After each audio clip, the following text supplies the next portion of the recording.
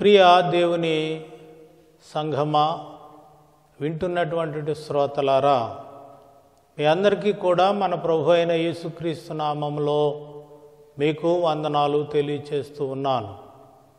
ఈ యొక్క follow Christ fellowship ఈ సువార్తను సుదూరవాసులకు అందించటానికి ప్రయత్నం చేస్తున్నటువంటి యువకులకు, దానిని నిర్వహించుచున్నటువంటి సురేష్ గారికి, బ్రదర్ తాడి సురేష్ గారికి, కిరణ్ గారికి, రాజేష్ గారికి, వారి మిత్ర బృందం అంతటికీ కూడా ప్రభునామంలో వందనాలు తెలియజేస్తూ ఉన్నాను. పరిశుద్ధ గ్రంథము నుండి హెబ్రీయులకు రాసిన పత్రిక 12వ అధ్యాయము 24వ వచనాన్ని ఈ దిన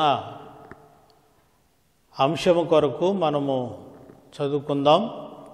క్రొత్త నిబంధనకు మధ్యవర్తి అయిన యేసునొద్దకును హేబేలు కంటే మరి శ్రేష్టముగా పలుకు ప్రోక్షణ రక్తమునకును మీరు వచ్చి ఉన్నారు. ప్రియ దేవుని పిల్లలారా, ఈ లోకంలో మనం జీవిస్తూ ఉన్నప్పుడు అనేక సమస్యలు ఎదురవుతూ ఉంటాయి, అనేకమైనటువంటి ఇబ్బందులు, ఇరుకులు ఉంటూ ఉంటాయి. ఒక్కొక్కసారి వీటిని మనము పరిష్కరించుకోలేము, కానీ ఎవరైనా సమయంలో మధ్యవర్తి ఉంటే బాగుండును అనేటువంటిది ఒక ఆలోచన వస్తూ ఉంటుంది. కనుక పాత నిబంధన కాలంలో ప్రజలకు, క్రొత్త నిబంధన కాలంలో ఉన్నటువంటి ప్రజలకు, వారి యొక్క జీవన విధానములో వచ్చినటువంటి మార్పులకు దేవుడు ఒక చక్కటి ప్రణాళిక, దేవుని ప్రణాళిక లేనిదే ఏది జరగదు.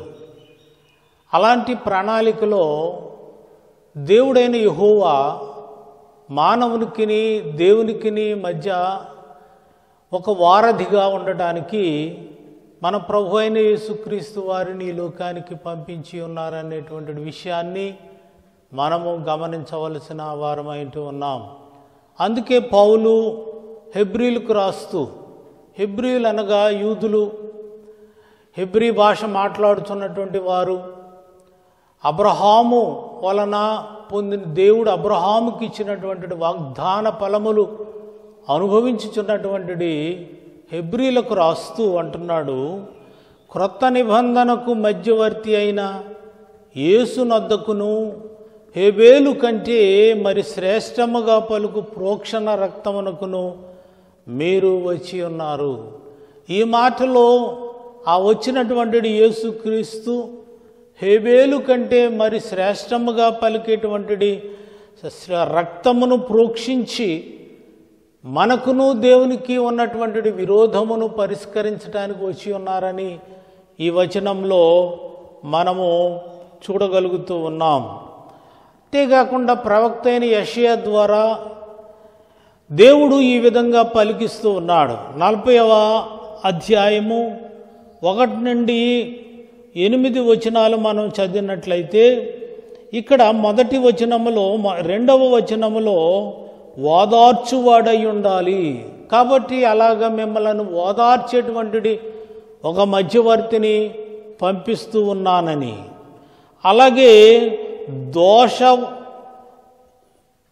దోష వృషణము తీర్చువాడై ఉండాలి. అంటే మన దోషాలను పరిష్కరించేవాడై ఉండాలి. పాపరోగము భరించువాడై ఉండాలి. అలాగే మార్గము సరళము చేయువాడై ఉండాలి. దేవుని దగ్గరికి మనం వెళ్ళడానికి మార్గము చూపించేవాడై ఉండాలి.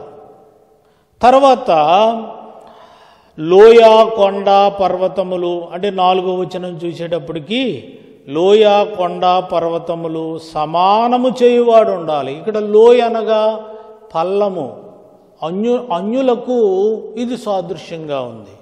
కొండ అనగా దేవుని నమ్మిన పిల్లలకు ఆ రోజుల్లో ఉండేటువంటి ఆ యొక్క గ్యాప్. పర్వతములు అనగా యూదులకు గుర్తుగా ఉంటుంది. అంటే యూదులు అనుకుంటారు అన్యులు కుక్కల్లాంటి వాళ్ళు, దేవుడు లేని జనాంగము, వాళ్లతో మాకు సాంగత్యము ఉండదు. అయితే దేవుని దగ్గరికి వెళ్ళడానికి అందరికీ కూడా మరి సమానం చేయబడాలా. సమానం చేయబడ్డప్పుడే దేవుని దగ్గరికి మనం వెళతాం. అలా సమానం చేయడానికి ఒక మధ్యవర్తి కావాలి.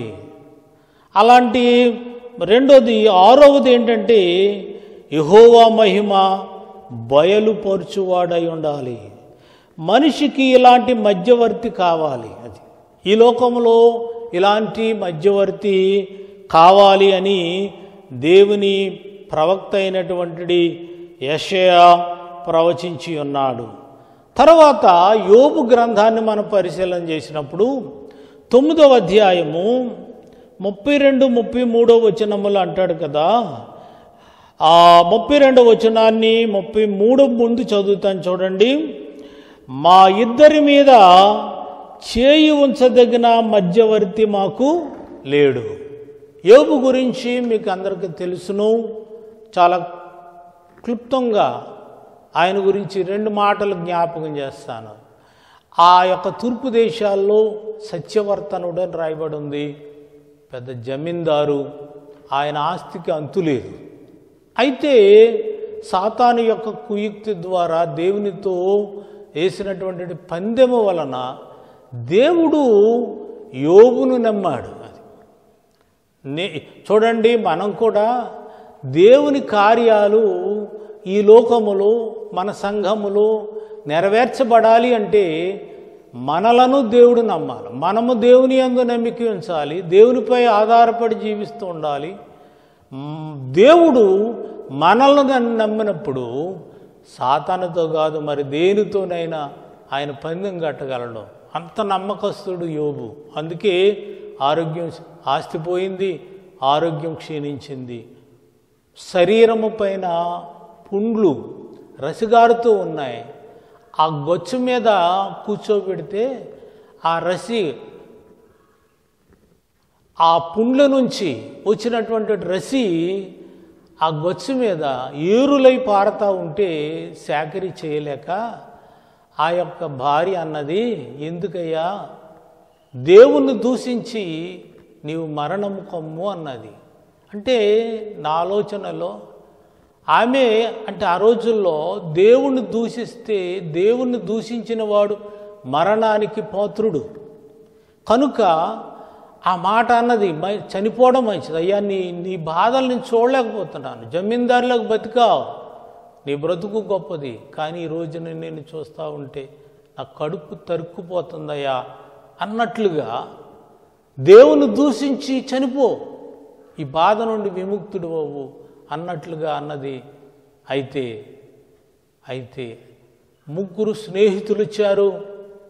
వారు కూడా నువ్వేం చేసావయ్యా, దేవునికి ఏం అన్యాయం చేశావు, ఉదయం బలిచ్చేవాడు, మధ్యాహ్నం బలిచ్చేవాడు, సాయంకాలం బలిచ్చేవాడు, దేవుణ్ణి ప్రార్థించేవాడు, ఎందుకు నీకు ఇలాగైందని అంటే అప్పుడు అంటాడు 32వ వచనంలో జవాబుగా ఏమంటాడు, ఆయన నా వంటి నరుడు కాడు, నా వలే నరుడు కాడు, నేను ఆయనతో వ్యాజ్యమాడజాలను, మేము కలిసి న్యాయ విమర్శకు పోలేము. చూసారా, యోబుకున్నటువంటి గొప్ప గుణం ఏమిటంటే దేవుడు మహోన్నతుడు, అత్యున్నతమైనటువంటి వాడు, ఆయన శక్తికి మితి లేదు, ఆయన పరిశుద్ధుడు, ఆయన గొప్పవాడు, ఆయనకు న్యాయము చేయగలిగే దేవుడు నా దేవుడు. కనుక నేను దేవునితో వ్యాజ్యమాడజాలనా, నేను నరుణ్ణి, పాపిని, ఆయనెక్కడా నేనెక్కడా అని సమాధానం చెబుతూ అంటున్నాడు. అయినప్పటికీ కూడా 33వ వచనంలో అంటాడు కదా, మా ఇద్దరి మీద చేయి ఉంచదగిన మధ్యవర్తి మాకు లేడు. ఈ లోకంలో నిజమే నేను బాధపడుతున్నాను, నా బాధను తన బాధగా చేసుకుని పరిశుద్ధుడైనటువంటి దేవునికి విన్నవించే ఒక మధ్యవర్తి కావాలి. లేడు అంటే అర్థం ఏంటి? కావాలి అని అర్థం. ఆయన ఆ బాధలో, ఆ కష్టములో వచ్చినటువంటి ప్రార్థన ఏంటంటే, మా ఇద్దరి మధ్య చేయి ఉంచదగిన మధ్యవర్తి, అనగా నా చేయిని పట్టుకోగలగాలి, దేవుని చేయిని పట్టుకోగలగాలి. ఆ మధ్యవర్తి, అలాంటి పరిశుద్ధుడైన మధ్యవర్తి కావాలి. ఎందుకంటే దేవునికి పాపం అంటే అసహ్యం కనుక మానవుని చేయి ఆయన పట్టుకోలేడు. కానీ దేవుని చేయి, పాపి యొక్క చేయి పట్టుకోగలిగేటువంటిది ఒక మధ్యవర్తి మాకుంటే బాగుండును అన్నాడు. అప్పుడు దానికి పరిశుద్ధుడైనటువంటిది ఆ యొక్క యోబు ప్రార్థన దేవుడు ఆలకించాడు. ఆలకించి మరలా యెషయా గ్రంథములో 59వ అధ్యాయం 16వ వచనములో ఒక చక్కటి జవాబు కనిపిస్తూ ఉంది. ఈ కనెక్షన్ ఆలోచన చేయండి జాగ్రత్తగాను. అక్కడేముందంటే, సంరక్షకుడు లేకపోవుట ఆయన చూచెను, మధ్యవర్తి లేకుండాట చూచి ఆశ్చర్యపడెను. కాబట్టి ఆయన బాహువు ఆయనకు సహాయము చేసెను, ఆయన నీతియే ఆయనకు ఆధారమాయను అని ఉంది. చూసారా, దేవుడు ఒకసారి తొంగి చూశాడు. యోబు ప్రార్థన చేసినప్పుడు పరిశుద్ధుని ప్రార్థన దేవుడు ఆలకిస్తాడు. కాబట్టి ఒకసారి తొంగి చూశాడు. నిజమే కదా, నేనేదో మోషే ద్వారా ఒక నిబంధన ఇచ్చాను, అబ్రహాముకి స్వాస్థ్యం ఇచ్చాను, అది చాలనుకున్నాను. ఎవరైతే ధర్మశాస్త్రమును తూచా తప్పకుండా పాటిస్తారో వాళ్ళు నా పిల్లలు అనుకున్నాను, వాళ్ళకే నా రాజ్యం ఇద్దామనుకున్నాను. అయితే సాతానుడు వీరిని తప్పుదారి పట్టిస్తూ ఉన్నాడు. ఈ సృష్టించినటువంటి ఈ సృష్టిలో మానవుడు పాపం లేకుండా, బాధలు లేకుండా, కష్టం లేకుండా బ్రతకజాలడు అనేటువంటి విషయాన్ని తెలుసుకున్నాను అన్నట్టుగా ఈ మాటలు కనపడుతున్నాయి. చూడండి, సంరక్షకుడు లేకపోవుట ఆయన చూచెను, మధ్యవర్తి లేకుండా చూచి ఆయన ఆశ్చర్యపడెను. అది ఆశ్చర్యపడ్డాడట. అరే, మానవుని పరిస్థితులు ఇంత దారుణంగా ఉన్నాయా అనుకున్నాడు. నిజమే. అంతేకాదు, కాబట్టి ఆయన బాహువు అనగా దేవుడైన యెహోవా బాహువు ఆయనకు అనగా మధ్యవర్తిగా రానయ్యున్నటువంటి యేసయ్యకు అందించి, నీవు వెళ్ళి నా ప్రజలైనటువంటి ఇశ్రాయేలులను, విశ్వాసులను నీవు మధ్యవర్తిగా ఉండి నా వైపుకు నడిపించు అని దేవుడైన యెహోవా మరి సెలవిచ్చినట్లుగా మనం చూస్తాం. అందుచేత యేసుక్రీస్తు ఈ లోకానికి వచ్చి ఆయన మనలందరినీ కూడా దేవుని వైపుకు నడిపించటానికి, అనగా దేవునికి పాపికి ఉన్నటువంటి వైరం ఏంటి? పాపమే. ఈ పాపాన్ని పరిహరిస్తే వైరం పోతుంది కనుక ఆ పాపాన్ని పరిహరించేటువంటిది ఒక మధ్యవర్తి కావాలా. ఆ మధ్యవర్తి ఎవరు అంటే హెబ్రీలు నమ్మరు. ఎవరో మెస్సేజ్ వస్తారు, ఏదో జరుగుతుంది అనుకుంటారే కానీ పుట్టినటువంటి యేసయ్య, మన కొరకు సిలువ ఎక్కినటువంటి యేసయ్య, మన కొరకు ప్రాణము పెట్టినటువంటి యేసయ్యను వారు అంగీకరించలేదు కనుక హెబ్రీలైనటువంటి వారికి పౌలు రాస్తూ ఉన్నాడు, ఆయనే ఈ మధ్యవర్తి, యేసయ్య మధ్యవర్తి అని రాయడానికి ఒక ప్రయత్నం చేశాడు. హెబ్రీలకు రాసిన పత్రికలోనే మరి 9వ అధ్యాయం 15వ వచనంలో ఈ మాటలు కనబడుతూ ఉన్నాయి. ఈ హేతువు చేత మొదటి నిబంధన కాలములో జరిగిన అపరాధముల నుండి విమోచనము కలుగుటకై ఆయన మరణము పొందినందున పిలువబడిన వారు నిత్యమైన స్వాస్థ్యమును గూర్చిన వాగ్దానమును పొందు నిమిత్తము ఆయన క్రొత్త నిబంధనకు మధ్యవర్తి అయి ఉన్నాడు అన్నాడు. చాలా స్పష్టం చేశాడు, చాలా క్లారిటీ ఇచ్చాడు పౌలు. ఈ మెస్సయ్యే, మీరు ఎదురు చూస్తున్నటువంటి మెస్సయ్యే ఈ ప్రభు అయిన క్రీస్తు. ఈయన మొదటి నిబంధనలో జరిగిన అపరాధములు, వాటిని పరిష్కరించడానికి క్రొత్త నిబంధనకు మధ్యవర్తిగా ఈ లోకానికి వచ్చి మనలను విమోచించిన యేసయ్య ఈయనే అని ఆ యొక్క మరి ప్రజలకు హెచ్చరిస్తున్నట్లుగా మనము చూడగలుగు ఎడ్యుకేట్ చేస్తూ ఉన్నాడు. ప్రియ దేవుని పిల్లలారా, ఆయన సిలువ ఎక్కి 2000 సంవత్సరాలు పైనే జరిగాయి.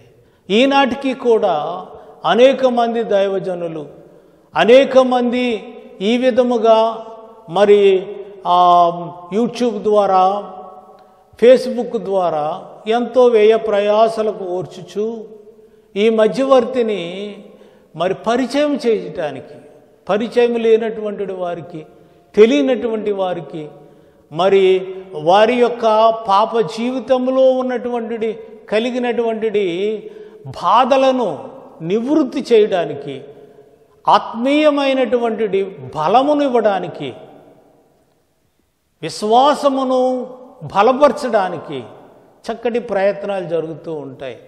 మనం ఏం చేస్తున్నామంటే ఈ ప్రయత్నం అంతా కూడా ఒకసారి యూట్యూబ్లో చూస్తాం, ఇదే కాదులే అని మనం రోల్ చేసేస్తూ ఉంటాం. కాదు, దాని వెనకాల ఎంత ప్రయాసం ఉందో ఒక్కసారి మనసు పెట్టి మీరు గ్రహించినట్లయితే, ఎందుకంటే ఆత్మ కలిగిన వాడట దేవుని మాటలు వింటాడట. ఆత్మ కలిగిన వాడికే ఆ దేవుని యొక్క మాటలు అర్థమవుతాయి. కాబట్టి ప్రియ దేవుని పిల్లలారా, వినండి. వినుట వలన విశ్వాసము బలపడుతుంది. నీతిమంతుడు విశ్వాస మూలముగా జీవిస్తాడు. ఎవరైతే విశ్వాస మూలముగా జీవించారో వారికే దేవుడు ఆ పరలోక రాజ్యమును స్వాచ్యముగా ఇస్తాడు. గనుక అబ్రహాముకు చేసినటువంటి వాగ్దానము అది మాకు ఉందలే అనుకుంటే కుదరదు, మాకు పెద్ద సంఘం ఉందంటే కుదరదు, మాకు బైబిల్ ఉందంటే కుదరదు. ఆ బైబిల్లో ఉన్నటువంటి యేసయ్యను పూర్తిగా సంపూర్తిగా ఆయనను ఆరాధించాలి, అర్థం చేసుకోవాలి. దేవుని వాక్యమును వినుట ఆరాధనలో ఒక భాగమై ఉన్నదని మీకు మనవి చేస్తూ ఉన్నాను. ఇప్పుడు చూడండి, ఈ మధ్యవర్తిని హెబ్రీలకు పరిచయం చేస్తూ ఉన్నాడు. ఈనాడు మరి ఆయన వాక్యాన్ని మరి మీకు పరిచయం చేయడానికి నేను నిలవబడ్డాను. ఈ మాటలు నావి కాదు, ఒకప్పుడు పౌలు చెప్పిన మాటలు. ఇవి పౌలు మాటలు కూడా కాదు, దేవుని పరిశుద్ధాత్మ ఆయనకి బయలుపరిచినటువంటి మాటలు. కాబట్టి ఈ యేసుక్రీస్తును ఆ యొక్క హెబ్రీలకు ఏ విధంగా పరిచయం చేస్తున్నాడో చూసినట్లయితే మనం కూడా ఆశ్చర్యపోతాం. ఆయన ప్రయత్నం ఎదుట మనం చేసే ఈ ప్రయత్నం ఎంత అనిపిస్తుంది అన్నమాట. కాబట్టి ఇప్పుడు సాధారణంగా మధ్యవర్తి అంటే ఎలా ఉండాలి? ఒక మంచి లక్షణం కలిగి ఉండాలి. ఉదాహరణకి మనకి మన తోటి వారికి లేదా పొరుగు వారికి మన గొడవ వచ్చిందనుకోండి, ఏదో సమస్య, ఏదో ఒక పరిష్కారం చేయటానికి ఎవరో ఒక ఆయన దగ్గరికి వెళ్తాం, ఒక పెద్ద ఆయన దగ్గరికి వెళ్తాం. ఆయన ఎలవుటోడు అయి ఉండాలి, ఈ గొడవని చల్లార్చోడు అయి ఉండాలి. కానీ మరల కథ ఆజ్యం పోసి దీన్ని రేపేవాడుగా ఉండకూడదు.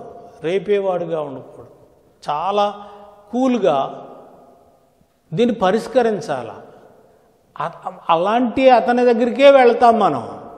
అలాంటి లక్షణాలు ఉన్న వాళ్ళనే మనము మధ్యవర్తిగా ఎన్నుకుంటాం. కనుక ఇక్కడ చూడండి, యేసయ్యను గురించి, యేసయ్య అలాంటి లక్షణాలు ఇంతకు చెప్పాను. మనం హేబేలు కంటే మరి శ్రేష్టముగా పలికే రక్తము యేసయ్య రక్తం. అంటే రక్తము దేవునితో మాట్లాడాలి అని ఇక్కడ అదే రాస్తా ఉన్నాడు. చూడండి, హెబ్రీయులకు రాసిన పత్రిక 7వ అధ్యాయము 26, 28 వచనాలు జాగ్రత్తగా మనం ధ్యానము చేద్దాం. ఈ పరిశుద్ధుడైనటువంటి మధ్యవర్తి యేసయ్యను గురించి ఎన్ని మంచి మాటలు. అంటే ఈ మధ్యవర్తి మంచివాడు, రండి మీ యొక్క వివాదమును పరిష్కరించుకోండి అని పౌలు పిలిపిస్తూ ఉన్నాడు. ఇది మన ఆయనకు ప్రతినిధిగా, దేవునికి ప్రతినిధిగా నిలబడి, రండి మీ వివాదములను, మీకు మనశ్శాంతి లేదా, రండి దేవుని వద్దకు వచ్చి ప్రభువా నాకు మనశ్శాంతి లేదని. అలాంటి మధ్యవర్తి మనకు ఉండటం గొప్ప విషయం. ధైర్యం, ఎంత ధైర్యమో చూడండి.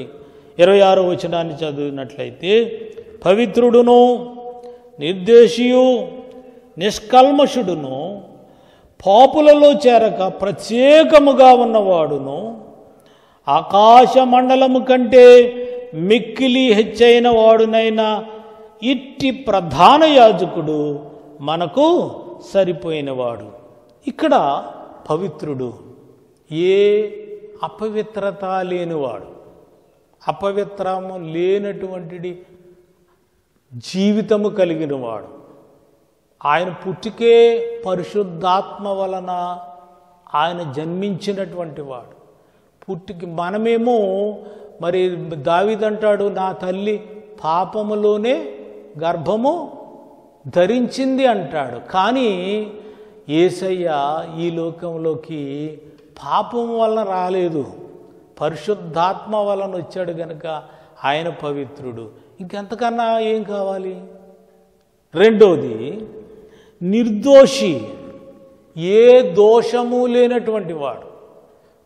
పుట్టుక పవిత్రమైనది, ఆయన పెరిగింది పవిత్రంగా పెరిగాడు. ఈ పెరుగుదలలో కొన్ని దోషాలు అంటించుకుంటాం మనం. అది నీ వయసు ఒక 40 సంవత్సరాలు, 30 సంవత్సరాలు. ఈ 30 సంవత్సరాల్లో ఎన్ని మలినాలు అంటించుకున్నావు? పాపం అనే మలినం, అబద్ధం అనే మలినం, లేకపోతే ఇంక రకరకాలైనటువంటి ఆ యొక్క వాగ్దానమును మీరినటువంటి దోషాలు మన మీద ఆరోపించబడుతూ ఉన్నాయి. కానీ ఈనాడు ఆయన పుట్టినది మొదలుకొని ఆయన సిలువ వేయబడే వరకు, ఆ సిలువ కూడా ఆయన మరి అనవసరమైనటువంటి పనికిమాలినటువంటి దోషాలు కక్షతో ఆయన మీద నేరారోపణ చేశారు గనుక ఆయన మీద ఏ దోషము నిరూపించబడలేదు. అందుచేత నిర్దోషి. తర్వాత నిష్కపలుడు అన్నాడు. అంటే ఏ కపటము, కపటం అంటే ఏంటి? మనసులో ఒకడబెట్టుకుని బయట ఇంకోటి మాట్లాడుతూ ఉంటాం మనం. ఎవరన్నా బంధువు వచ్చారనుకోండి, అంత దూరం చూసి ఈడెందుకు వస్తున్నాడు రా బాబు ఇప్పుడు అనుకుంటాం. తీరా వచ్చాక ఎంతో ఆప్యాయంగా రండి రండి రండి. ఇది కపట వర్తనం కదా. అయ్యో వస్తున్నాడు ఎంతో భాగ్యమో అని అనుకుంటే అది నిష్కపటము. కానీ ఈడెందుకు వస్తున్నాడు ఇప్పుడు, ఎంతకాలం ఉంటాడో ఏంటో అనుకుంటే తప్పది. కానీ మన ప్రభు అయిన యేసయ్య కపటము లేనటువంటి వాడు. అన్ని విధాలుగా కూడా ఆయన మనలను ఆదరించేవాడు, మన బాధలను తన బాధగా చేసుకునేవాడు అని. తర్వాత ఇంకొకటి చక్కటి మాట ఏంటంటే, పాపులలో చేరక ప్రత్యేకముగా ఉన్నవాడు. పాపులలో చేరక అంటే పాపము అనేది, పాపులు ఇప్పుడు మనమందరం పాపులం. పాపం ఎలాగొస్తుంది? ఆజ్ఞాతిక్రమమే పాపం. యేసుక్రీస్తు శరీరమును బట్టి యూదుడిగా పుట్టాడు. యూదుడికి ప్రాణం ఏంటంటే ధర్మశాస్త్రం, 10 ఆజ్ఞలు. ఆయన ఏనాడు కూడా 10 ఆజ్ఞలను తూచా తప్పలేదు. ఆయన సక్రంగా పాడి ప్రతి విషయంలో కూడా. ఒకసారి పన్ను చెల్లించాలన్నారు. అప్పుడు అన్నాడు ఆయన, కైసరుకు కైసరిదే, దేవునికి దేవునిదే అన్నాడు. చూసారా? ఒకసారి పాపాత్మురాలైనటువంటి స్త్రీని తీసుకొచ్చారు. అప్పుడు అడిగాడు ఆయన, ఈమె పాపాత్ముర ఈ పరిస్థితులలో వ్యభిచారంలో పట్టుబడినటువంటి స్త్రీని ఏం చేయాలని రాసింది? రాళ్ళుతో కొట్టి చంపాలని. అప్పుడు యేసయ్య అన్నాడు, అప్పుడు కూడా ఆయన మీరలేదు. సరే మీరు రాళ్ళుతో కొట్టే చంపండి, కానీ ఒక షరతు ఏంటంటే మీలో పాపము చేసిన వాడు మాత్రమే పాపిని శిక్షించడానికి అర్హుడు. కనుక ఇదిగో మీరు కొట్టండి అన్నారు. చూసారా, అంటే ధర్మశాస్త్రాన్ని కూడా మీరలేదు ఆయన మాట, ఒక్క మాటను బట్టి వాళ్ళందరూ కూడా రాళ్ళు అక్కడ పడేసిపోయారు. ఎందుకంటే మేమందరం పాపులమే. పాపికి ఇంకో పాపిని శిక్షించేటువంటి హక్కు లేదు. కాబట్టి మన ప్రభు అయిన యేసయ్యకు పాపము లేనివాడుగా ఈ లోకములో బ్రతికాడు గనుక పాపులను రక్షించేటువంటి అర్హత, శక్తి దేవుడైన యెహోవా ఆయనకి ఇచ్చినట్లుగా మనం చూస్తూ ఉన్నాం. మూడవది ఏంటంటే ఆకాశ మండలము కంటే మిక్కిలి హెచ్చైన వాడునైనా ఇట్టి ప్రధాన యాజకుడు మనకు సరిపోయినవాడు. ఆకాశ మండలము కంటే కదా. సాధారణంగా ఏంటంటే ఒరే ఆడికంటే ఈడు మంచోడురా అంట, ఈడికంటే ఆడు మంచోడురా అంట, ఆడికంటే ఆడు మంచోడు. ఇంతకీ మంచి అనేది దానికి ఓ స్థాయి ఇది. ఈ లోకంలో ఉన్న మనకి ఒక స్థాయి ఇది. కానీ పౌలు మంచి తత్వవేత్త గనుక, పండితుడు గనుక అంటున్నాడు, ఈ మంచికి ఆకాశమే హద్దు. అది ఆకాశాన్ని ఎవడు కొలవలేడు. అది దేవుడు ఒక్కడే ఆయన జ్ఞానతోనట ఈ శూన్యాన్ని కొలవగలిగాడట. కానీ మానవుడు ఎవడికి సాధ్యము కానిది. ఆకాశము కంటే మిక్కిలి హెచ్చైన వాడునైనా ఇట్టి ప్రధాన యాజకుడు మనకు సరిపోయిన వాడు అన్నాడు. చాలా సంతోషం. అంటే యేసులో ఉన్నటువంటి సుగుణాలు, ఇన్ని సుగుణాలతో ఉన్నటువంటి యేసుక్రీస్తు మన కొరకు మధ్యవర్తిగానవాడు. మన వివాదమును పరిష్కరించడానికి వచ్చాడు. ఇంకొక విషయం ఏంటో తెలుసా, ఇట్టి ప్రధాన యాజకుడు మనకు సరిపోయినవాడు. ప్రధాన యాజకుడు అన్నప్పుడు హెబ్రీలకు రాస్తున్నటువంటి మాట గనుక, హెబ్రీలకు యెరూషలేములో ఒక దేవాలయం ఉంది, సొలొమోను కట్టించిన దేవాలయం ఉంది. ఆ దేవాలయానికి మరి మోషే నియమించినటువంటి అహోరాను క్రమము చెప్పున ఒక యాజకుడు ఉన్నాడు. ఆ యాజకులు కూడా, లేవీలందరూ కూడా యాజకులే. వాళ్ళు వంతులను బట్టి వాళ్ళు యాజక ధర్మాన్ని పాటిస్తారు. అయితే గమనించాలి, అట్టి యాజకుడు ఒక ప్రిస్టేజ్ ఇష్యూ అన్నమాట. ఒక యాజకుడు ఉన్నాడు, ఆ యాజకుడు ఇంకొక యాజకుడు అంటే ఊరుకోరు. ఇప్పుడు యేసయ్యను పౌలు ఇట్టి ప్రధాన యాజకుడు అన్నాడు. అక్కడ ఒక ప్రధాన యాజకుడు ఉన్నాడు యెరూషలేము దేవాలయంలో. మరి ఈయన ఎవరు నియమించారు అనే ప్రశ్న వస్తుంది కదా. లేవీలనైతే మోషే ప్రకారంగా ధర్మశాస్త్రము లేవీలను యాజకులుగా నియమించింది. వాళ్ళు వంతులను బట్టి యాజక ధర్మాన్ని పాటిస్తూ ఉంటారు. కానీ పౌలు అంటున్నాడు దానికి విరుద్ధముగా ఇట్టి ప్రధాన యాజకుడు. హెబ్రీయులను నమ్మాలి, కానీ వాళ్ళు నమ్మరు. మరి ఎలాగా? అయితే వెంటనే ఒక ప్రశ్న వస్తుంది, ఏందయ్యా యేసుక్రీస్తు ప్రధాన యాజకుడు అంటున్నావు, ఎవరు నియమించారు అని అడుగుతారు. ఎవరు నియమించారు అని అడిగి దానికి క్లారిటీ వచ్చింది చూడండి. ధర్మశాస్త్రము బలహీనత గల మనుష్యులను యాజకులుగా నియమించును గాని. చూసారా, ధర్మశాస్త్రము బలహీనత. మనుష్యుడు ప్రతివాడు బలహీనుడే. సర్వశక్తిమంతుడి దేవుడు ఒక్కడే, మానవుడు బలహీనుడు. ఆ బలహీనుడైన వాడే వంతుల ప్రకారంగా యాజకుడిగా వస్తాడు. ఇది ధర్మశాస్త్రం యొక్క నియామకం. అయితే మరి కానీ ధర్మశాస్త్రమునకు తరువాత వచ్చిన ప్రమాణపూర్వకమైన వాక్యము నిరంతరము సంపూర్ణ సిద్ధి పొందిన కుమారుణ్ణి నియమించెను. అక్కడ కూడా చాలా క్లారిటీ ఇచ్చాడు. మరి ఈయన ఎవరు నియమించారంటే ధర్మశాస్త్రము తరువాత వచ్చిన ప్రమాణపూర్వకమైన వాక్యము 3 రకాలుగా ఉండేది. ఒకటి ఏంటంటే, మొట్టమొదటిదిగా అబ్రహాము మొదలైనటువంటి పరిశుద్ధుల కాలములో దేవుడు ప్రత్యక్ష వాక్యము ద్వారా మాట్లాడేవాడు. ప్రత్యక్షంగా తన వాక్కును వినిపించేవాడు.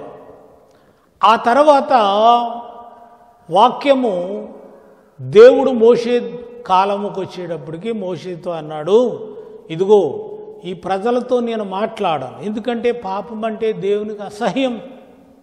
కనుక నీవు సినాయి పర్వతం మీదకి రాని దేవుడు మోషేను పిలుచుకొని అక్కడ 2 రాతి పలకలను తీసుకొని దాని మీద తన చేతితో వేలుతో 2 పలకలను రాసిచ్చాడు. ధర్మశాస్త్రం, దీనిని వ్రాతరూపకమైన ఆజ్ఞలు అన్నారు. వ్రాతరూపకమైన ఆజ్ఞలు అన్నారు. చాలా సంఘాల్లో దీన్ని రాతి మీద లేకపోతే పాలరాతి మీద చెక్కిచ్చి పెట్టుకుంటూ ఉంటారు.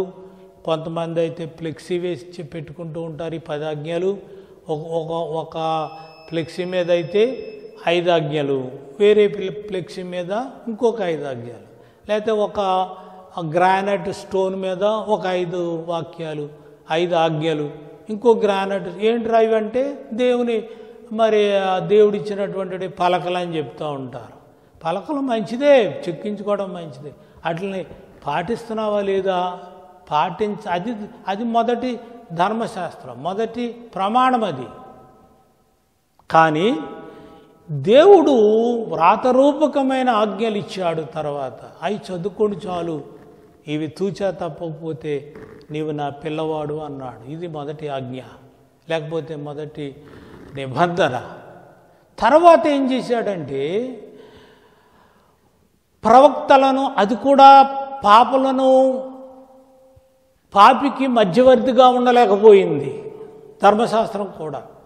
కనుక దేవుడు ఏం చేశాడంటే, యెషయా, ఇర్మియా మొదలైనటువంటి ప్రవక్తల ద్వారా ఏం చెప్పాడంటే ప్రవచనాలు చెప్పించాడు. అది ఏంటి ప్రవచనాలు?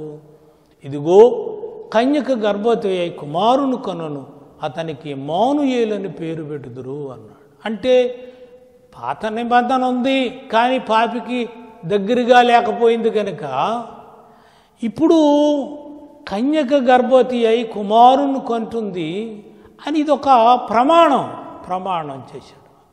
ఆయన నిరంతరం ఉండే దేవుడు, మీకు దగ్గరలో ఉండే దేవుడు అని హెచ్చరించాడు. ఇప్పుడు మనం ఒకసారి ఆలోచన చేయండి. ధర్మశాస్త్రం ఇవ్వబడింది, తర్వాత వచ్చిన ప్రమాణపూర్వకమైన వాక్యాన్ని వచ్చింది. దేన్ని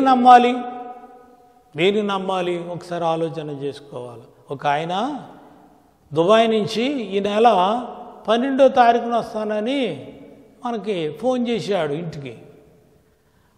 12 రాత్రి దగ్గరికి వస్తూ ఉంది, మళ్ళా ఫోన్ వచ్చింది. ఏమనంటే 12ని టికెట్ కన్ఫర్మ్ అవ్వలేదు, నేను 20ని వస్తానన్నాడు. ఇప్పుడు ఆ ఇంటి వారు ఏ మాటను నమ్మాలి? తర్వాత వచ్చినటువంటి 20వ తారీఖునే నమ్మాలి. 20వ తారీఖునే వస్తాడని ఆ మాటనే నమ్మాలి. అది మాటే, ఇది మాటే, అది వార్తే, ఇది వార్తే. ధర్మశాస్త్రము దేవుడిచ్చిన వాక్యమే, ప్రవక్తల ద్వారా దేవుడు పలికించినది కూడా వాక్యమే. అందుకు ఇక్కడ అన్నాడు చూడండి, నిజమే ధర్మశాస్త్రము లేవీలను యాజకులుగా నియమించాడు, కానీ ధర్మశాస్త్రము తరువాత ప్రమాణపూర్వకమైన వాక్యము నిరంతరమును సంపూర్ణ సిద్ధి పొందిన కుమారుని నియమించెను. ఇది మెల్కీసెదెకు క్రమం. ఒకసారి ముందు మెసేజ్లో నేను మాట్లాడాను. కావాలంటే ఆ మెల్కీసెదెకు క్రమము చెప్పున యేసుక్రీస్తుని ఈ లోకానికి, ఎందుకంటే మెల్కీసెదెకు అనేది ఆది సంభూతుడైనటువంటి పరలోకములో ఉన్న యెరూషలేము పట్టణములో ఆయన ఆరాధనకు ఆయన యాజకుడు. ఈ యేసుక్రీస్తు నిరంతరము ఉండేటువంటి యాజకుడు ఆయనే. ఇదిగో మనకు మధ్యవర్తిగా రాబోతూ ఉన్నాడు. సరే ఎంత గొప్ప మరి ఆలోచన ఒకసారి చూడండి. దేవుని యొక్క చిత్తము మనం అర్థం చేసుకోవాలా. రైట్. తర్వాత ఇంకొక విషయం ఏంటంటే, మరి ఏమండి మాకు ఒక ప్రధాన యాజకుడు ఉన్నాడు కదా, ఆయన సరిపోడా మేము మారు మనసు పొందడానికి, ఆయన సరిపోడా మేము పరలోక రాజ్యం రావడానికి, ఆయన సరిపోడా దేవుని యొక్క ప్రేమను మేము పొందుకోవడానికి అనుకున్న వాళ్ళకి మరలా సమాధానం ఏమిటంటే, ఆయన ప్రధాన యాజకుల ఆయన చూడండి చక్కటి మాట అన్నాడు. ఆయన ఆ ప్రధాన యాజకుల వలె మొదట తన సొంత పాపము కొరకును తరువాత ప్రజల పాపముల కొరకును దినదినము బలులను అర్పింపవలసిన అవసరము లేనివాడు అని రాయేశాడు. ఇది చాలా ఆశీర్వాదకరం అండి ఈనాటి సంఘాలకి మనకు కూడా. ఇప్పుడు మామూలుగా అయితే యెరూషలేము దేవాలయం ఉంది. యెరూషలేము దేవాలయంలో అన్యుల ఆవరణ ఉంటుంది, తర్వాత స్త్రీల ఆవరణ ఉంటుంది, ఆ తర్వాత యూదుల ఆవరణ ఉంటుంది, ఆ తర్వాత పరిశుద్ధుల ఆవరణ ఉంటుంది, అక్కడ యాజకులు ఉంటారు. ఆ తర్వాత అతి పరిశుద్ధ స్థలం ఉంటుంది. ఈ అతి పరిశుద్ధ స్థలంలోనికి సంవత్సరానికి ఒకసారి వంతులు బట్టి యాజకుడే వెళ్ళాలి, మిగిలిన ఎవరు వెళ్ళకూడదు. అయితే ఇక్కడ సరే ఆ వంతు ప్రకారంగా యాజకుడు వచ్చాడు, పరిశుద్ధ స్థలంలో ఉన్నాడు.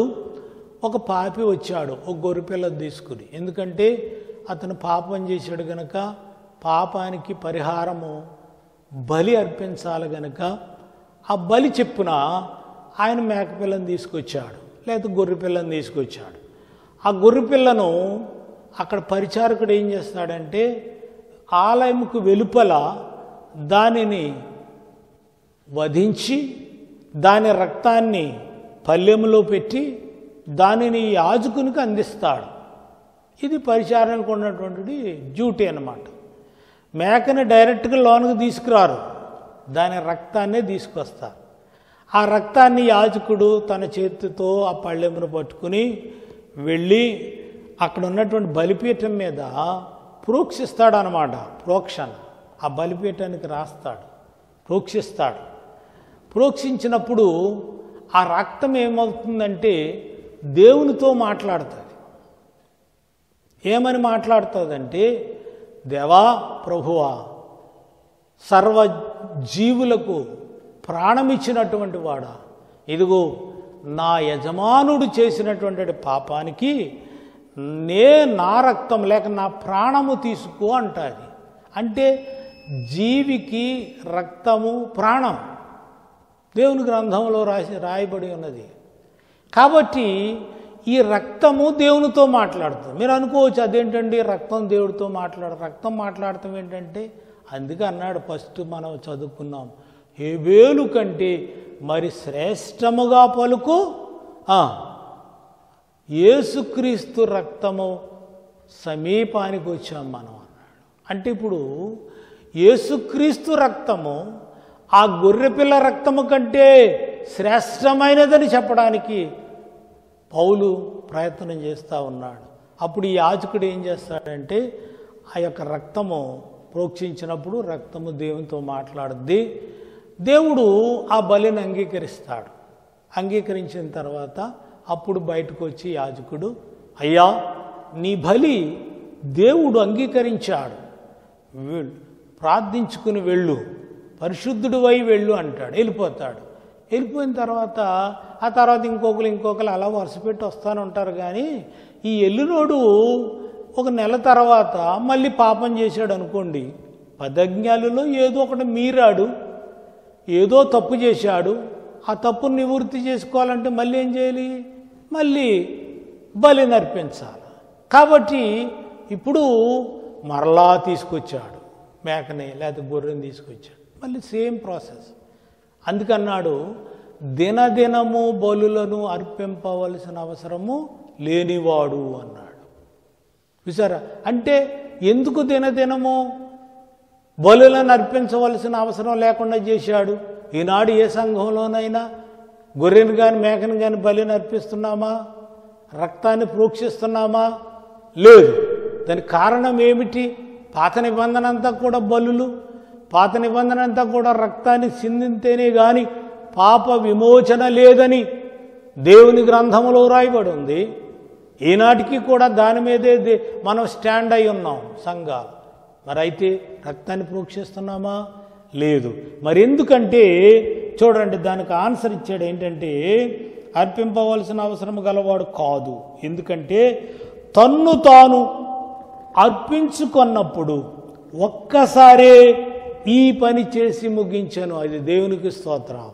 ఇదండి మనకి బలం. ఇదే కీవర్డ్ అన్నమాట. ఆ ఒక్కసారే ఈ పని చేసి, ఎందుకంటే యేసయ్య అందుకే లోక పాపములు మోసుకొని పోవు దేవుని గొర్రె పిల్లగా ఆయన ఈ లోకానికి వచ్చాడు. మనుష్య కుమారుడిగా వచ్చాడు, చనిపోవటానికి వచ్చాడు.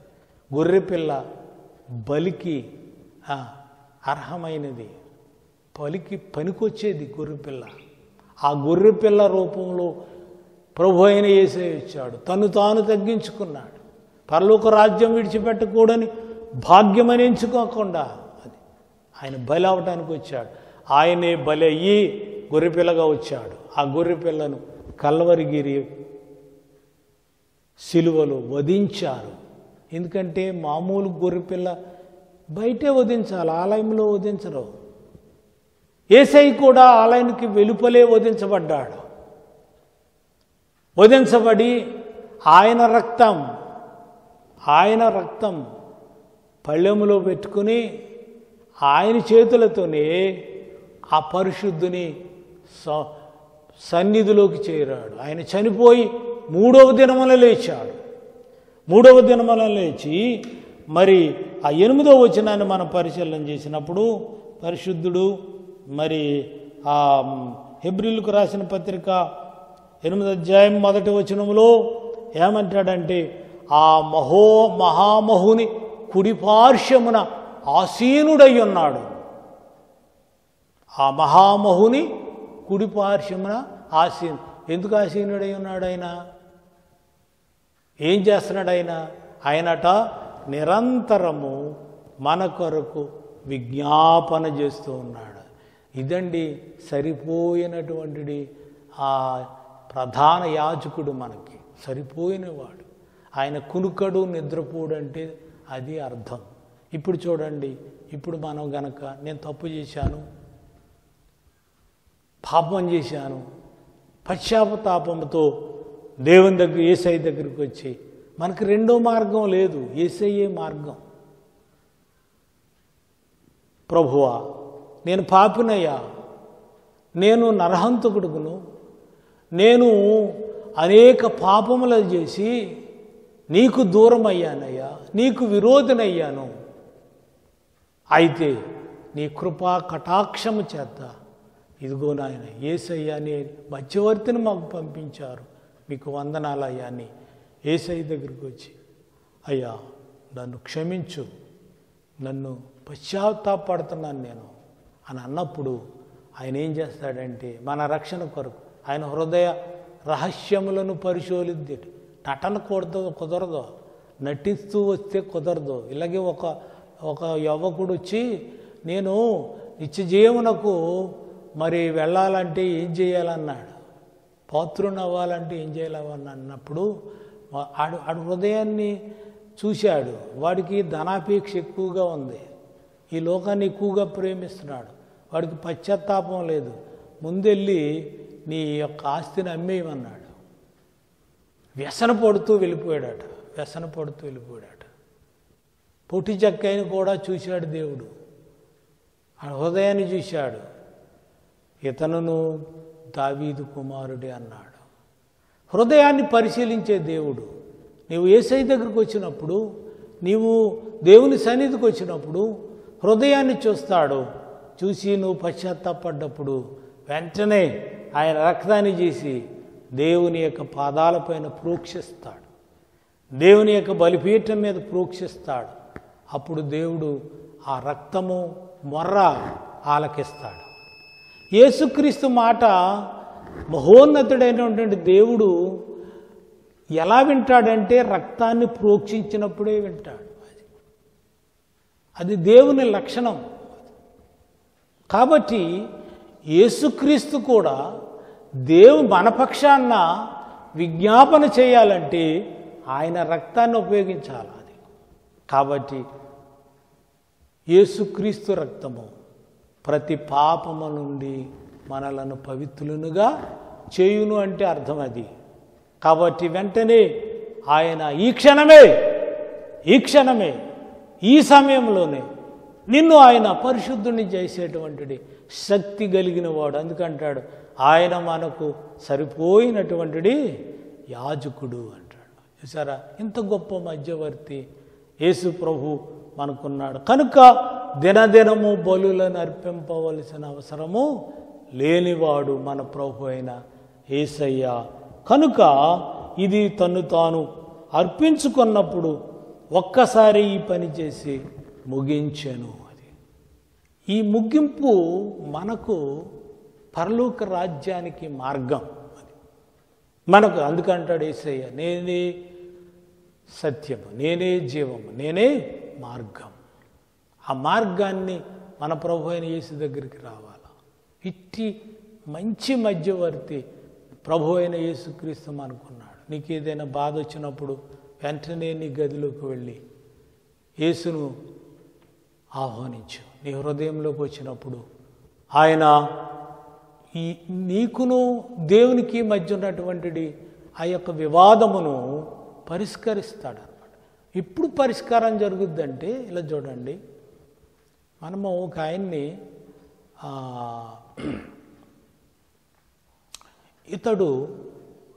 ఒక ఆయనకి ఆత్మ ఉందనుకోండి, మనసులో పరిశుద్ధాత్మ ఉన్నప్పుడే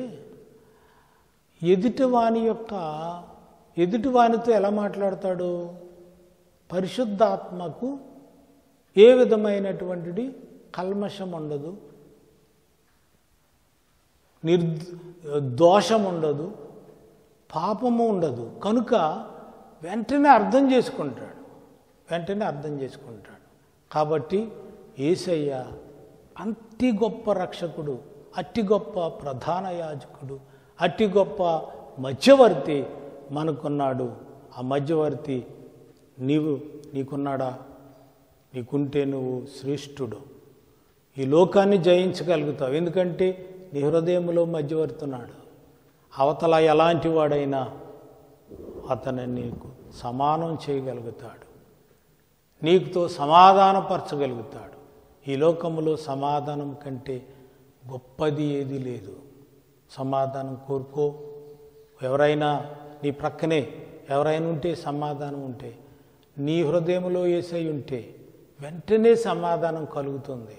ఎవరో చెప్పక్కల్లా, యేసయ్యే మధ్యవర్తి. నువ్వు ఈ లోక సంబంధమైన మధ్యవర్తుల దగ్గరికి వెళ్ళవలసిన అవసరం లేదు. కాబట్టి ఇలాంటి గొప్ప ధన్యత దేవుడు మనకిచ్చాడు. చిన్న ప్రార్థన చేసుకుందాం. సకల ఆశీర్వాదములకు కారణభూతుడా రక్షక, మానవుడు సంపూర్ణముగా జీవించాలని నీ యొక్క చేతి పని, నీ సృష్టి, నీవు కలిగించినది ఏది కూడా నిరర్ధకము కాకూడదని మీరు చేసినటువంటి అనేక ప్రయత్నములు మేము నాయన ఇదిగో జ్ఞాపకం చేసుకున్నాం.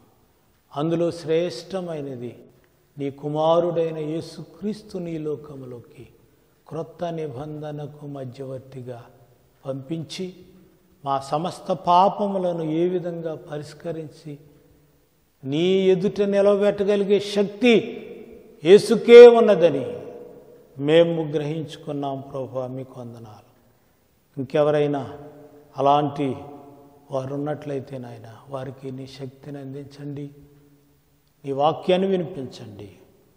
ఈ యొక్క కార్యక్రమాలు జరిగించున్నటువంటి బిడ్డలందరినీ కూడా దీవించి ఆశీర్వదించమని ఫాలో క్రైస్ట్ ఫెలోషిప్ ఇదిగోనైనా ఈ ప్రాంతములో గొప్ప సేవ చేసేటువంటి నాయన ధన్యత మీరిచ్చారు. ఇది దేశ విదేశాలలో నలుమూలలా వ్యాపింపచేసి మంచి నాయన నీతో అనేక మందిని తిప్పగలిగేటువంటి ఆ శక్తిని బిడ్డలకు అనుగ్రహించమని సమస్తమును మీ చేతులకు అప్పగించుకుంటూ మా ప్రభువును మీ ప్రియకుమారుడైన యేసయ్య దివ్యనామను బట్టి మిక్కిలి వినముగా బ్రతిమాలుచున్నాము తండ్రి. ఆమేన్. వందనాలు.